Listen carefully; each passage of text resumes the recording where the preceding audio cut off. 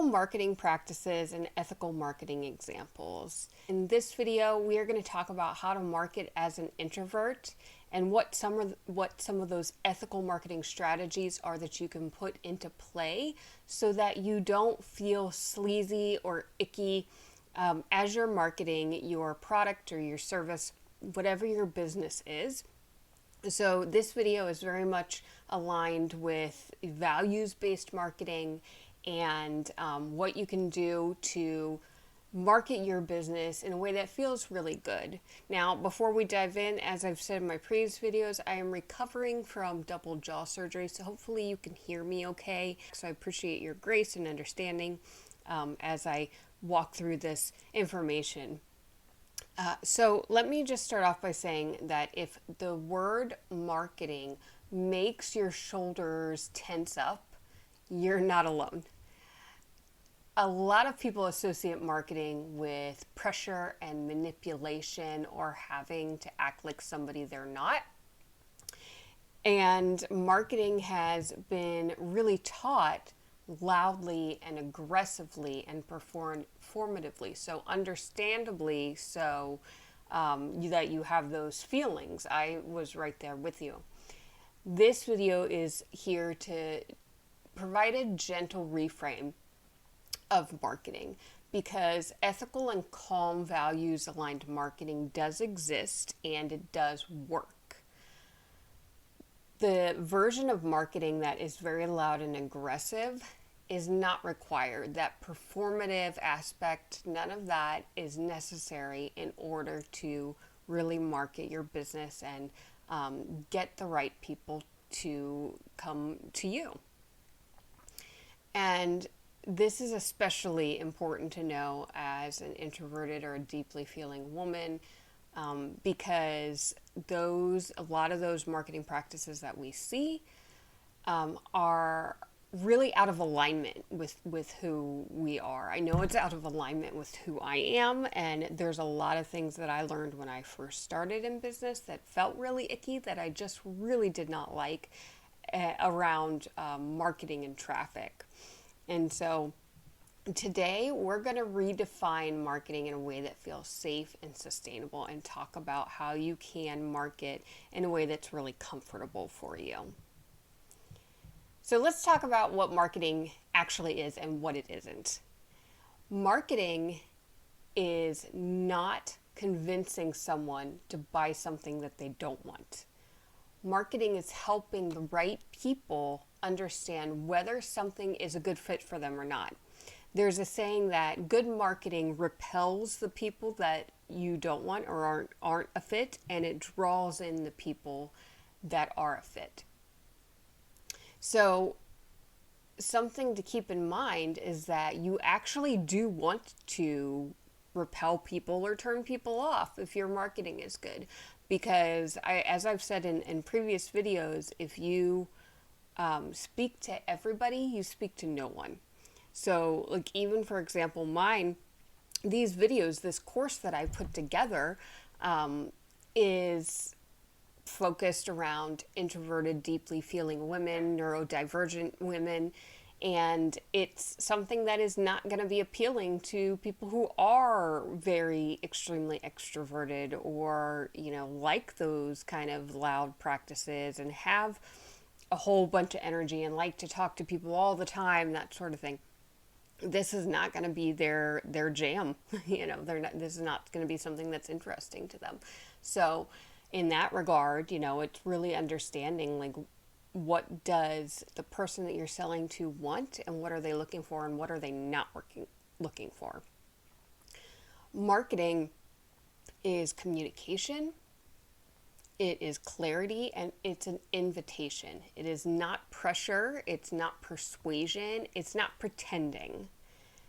Like I said, it attracts those who are a good fit and repels those who are not. You are not meant to market to everyone, and this is where your target audience comes into play and understanding who it is that you want to serve. What marketing is it's not cold direct messaging, it's not hypey, it's not fake urgency, It's not manipulating pain points around others, right? It is not copying someone else's personality. You are allowed to opt out of all of those tactics entirely, okay? You don't even need to think about them. Now, there are some things and psychological triggers that will naturally come, right? Like, you don't want to have fake urgency, but if you genuinely only have 5 spots available, then that's real urgency. Or if you genuinely only have, if you've created something by hand and you genuinely only have 2 of that thing, well, then that is very true. But you don't want to say, oh, I only have 2 left when you have like 25 left, right? I don't think that feels good for anybody when they're doing it, and it doesn't feel good to the person on the receiving end, especially if they find out about it. And then, you don't have to be overly hypey either. So you can be very transparent. And there are some things in there where you do want to call out certain things and make note of that. But as long as it's true, it's not hype, right? So let's talk about why traditional marketing feels so wrong for so many people.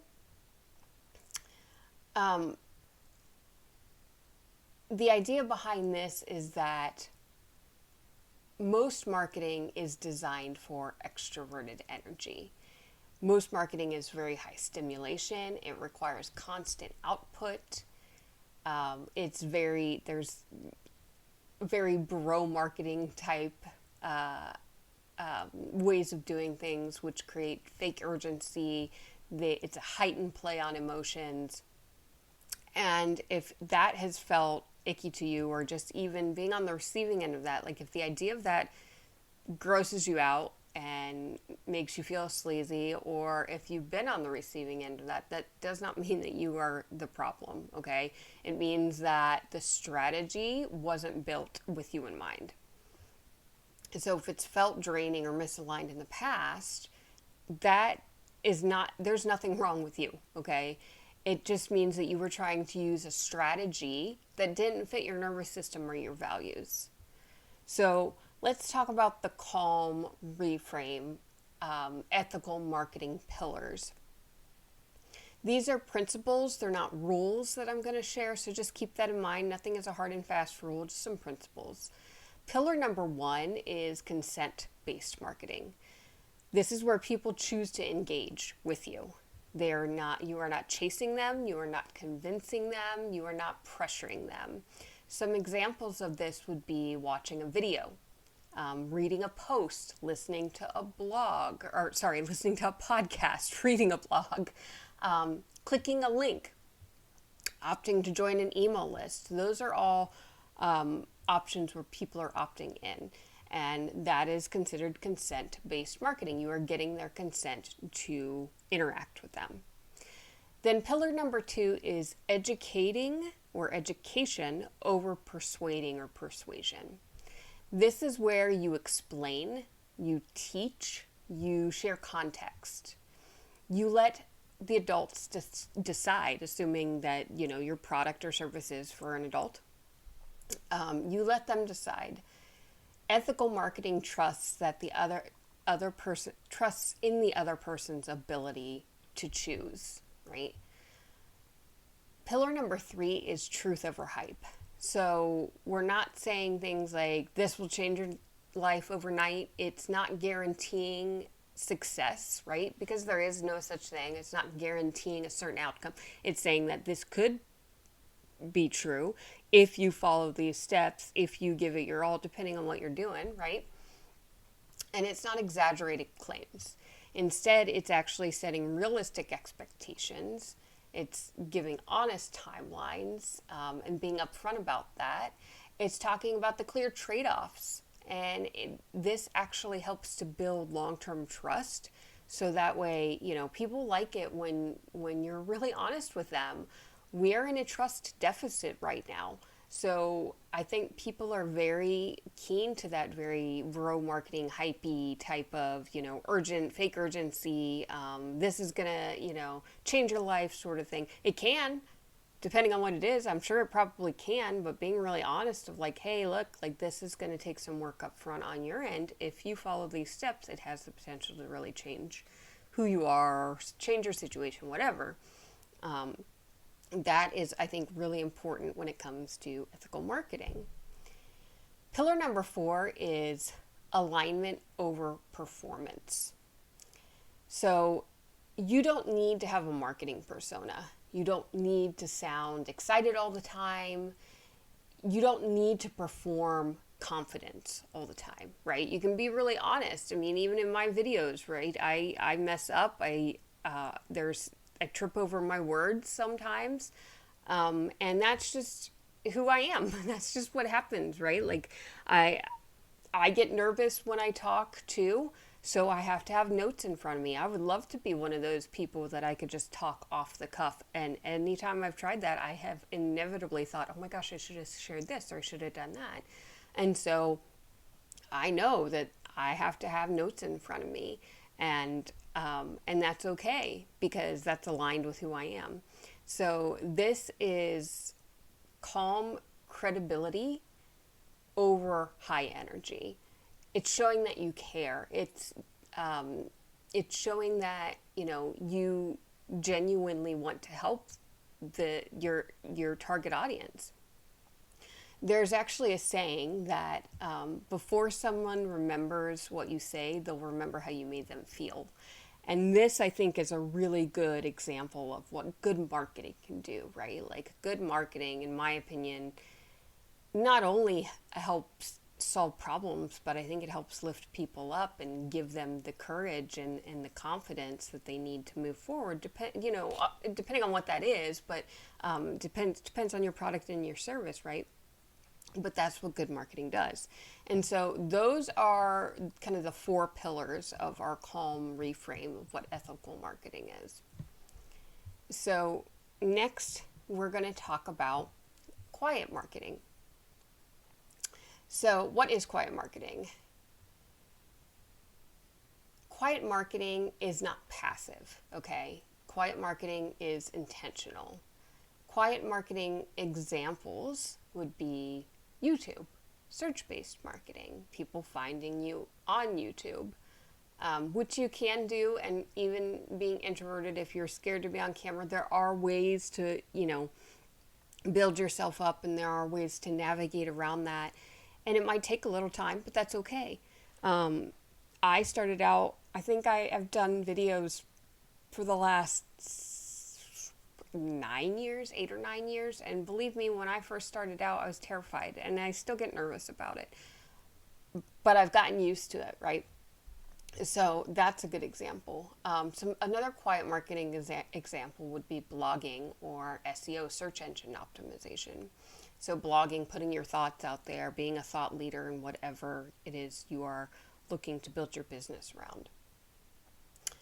Email newsletters is another way you could do quiet marketing. Evergreen content, posting that on social media. Educational posts, not viral chasing posts, right? Like not trying to get everybody, like having it go, you have 1 million people who've seen it in 10 minutes. But educational social posting. Podcasting is another great one. That was one that got me really a lot more comfortable in sharing my thoughts and sharing experiences because I didn't have to worry about looking into a camera. And so that's a great one. If you are someone who you're okay with talking, you like sharing your thoughts, but you're nervous being on camera. The point here is that quiet marketing doesn't mean that you're invisible. It means that you're intentional with how you're messaging and bringing your audience in. So let's talk about how this looks practically. I'll give you some examples just from the various business models we talked about in the previous video. So one example would be affiliate marketing. So you have a product or a tool, and then explaining why you use this product or tool, sharing the pros and cons of it, letting people then decide if it's for them. Digital products. So in the case of digital products, you can teach around the problem and then offer a next step. You don't have to use urgency language, right? You can just say, hey, look, when you're ready to go deeper, when you're ready for this thing, here it is. And then for coaching, an example here would be explaining who it is for and who it is not for, right? Like, if you are only working with individuals who are high income earners, then you can explain that, there's a certain caliber, or certain, not caliber, but like there's a certain threshold of individuals, and the reason for that is, right? And I think a lot of people understand when you give them a reason, like here's how it's going to be, and the reason for that is, generally people are open and perceptive to that. I mean, you could get some haters, but you can get that doing anything, so don't let that deter you. Also setting clear boundaries, and then for coaching, right? Who you are willing to work with, who you are not willing to work with. And then in the calls, having it just be a no pressure call, right? It's an invitation to work with you. It's a discovery call, and if they choose to move forward, then that's great. The other thing to keep in mind with marketing is you do not need to be everywhere, okay? There are a lot of platforms out there, and it can get so overwhelming, even just being on one. One platform is enough. One format is enough, because you want to be consistent. So you want to be on one platform, using one format, having one message that you repeat. That is enough. People need to hear things over and over again before they actually take action. That is very normal, especially now, because again, it's like we don't know what's real anymore. It seems like that it's hard to trust what anybody says. So people are looking for that authenticity, and they're looking for that connection. And so, they're going to come to you with that one platform. So you could do a podcast, and that is also picking your platform would be like what podcasting hosting platform you want, and then the format is podcasting, and then repeating your message or your invitation throughout that's more than enough. And like I said, people need to hear the same thing multiple times before it sinks in. Repetition is the mother of mastery. So it's good to be consistent, and consistent doesn't mean constant. It means predictable, okay? It means, having a schedule. Maybe you only post once a week. Maybe you post twice a week. Maybe you like to do every single day, right? But understanding how much energy and effort you can put into this and you want to put into it is really important. Another thing to keep in mind is that marketing is a skill. It is not a personality trait. Marketing and traffic are the two most difficult things for any business to solve, right? So you can have a great product and have it marketed horribly and not know how to bring in traffic, and it's going to fail, okay? Similarly, you can have an okay product and know how to market it, and it can be successful. So this is very much a skill. This matters deeply to take time and give yourself grace as you're learning the skill. You don't have to be good at marketing to start. You just want to get started. You get better as you're doing it. Believe me, I have spent many a night like spinning my wheels and just overthinking. And I improved as I did things. So you kind of just have to be willing to take a shot at it. You get better by doing, and skill comes before confidence does. So calm repetition and consistency helps build that competency. Marketing is not about being someone else, okay? It's learning how to communicate clearly in your own way. It's trial and error. So think of yourself like a scientist. You are testing what works, and if something doesn't work, it's not a sign of failure. It's data. That's all it is data. And you want to take that data, learn from it, and develop and evolve and test again based off of what you learned. Like I said, I think in my first video, is that failure is the default, okay? Because you're going to learn a whole lot of stuff that doesn't work, and that's going to lead you to the thing that does work. And a lot of times I hear from my mentors too, it's like that thing, and I've had this happen too. Oh, I thought this was going to be a great thing, and then it just like flopped, right? Oftentimes it's what you don't expect to be successful that ends up being successful. It's just the weird way that things work, I guess. Now, you can use something like AI or artificial intelligence to help you get started. I realize that might be a little bit triggering right now because AI is kind of everywhere. And even if you haven't had any experience with it, you may have heard stuff about it, right? And it can be a little bit scary. Now, the thing with AI is that it can be used ethically and honestly and be very helpful in a lot of different ways. It can help you with things like determining your target audience, determining what their wants and needs and desires and fears and frustrations are. It helps with brainstorming those sorts of things. It helps with brainstorming what kind of content to create. And it can help to give you a starting point for topics. And so I don't recommend that you have it write entirely something, but having it help you get going and then adjust is a great way to use AI. Think of AI as a brainstorming partner or assistant. It's not the voice of your business. It's just helping you to kind of get the gears turning. So let's talk about what happens when marketing is aligned.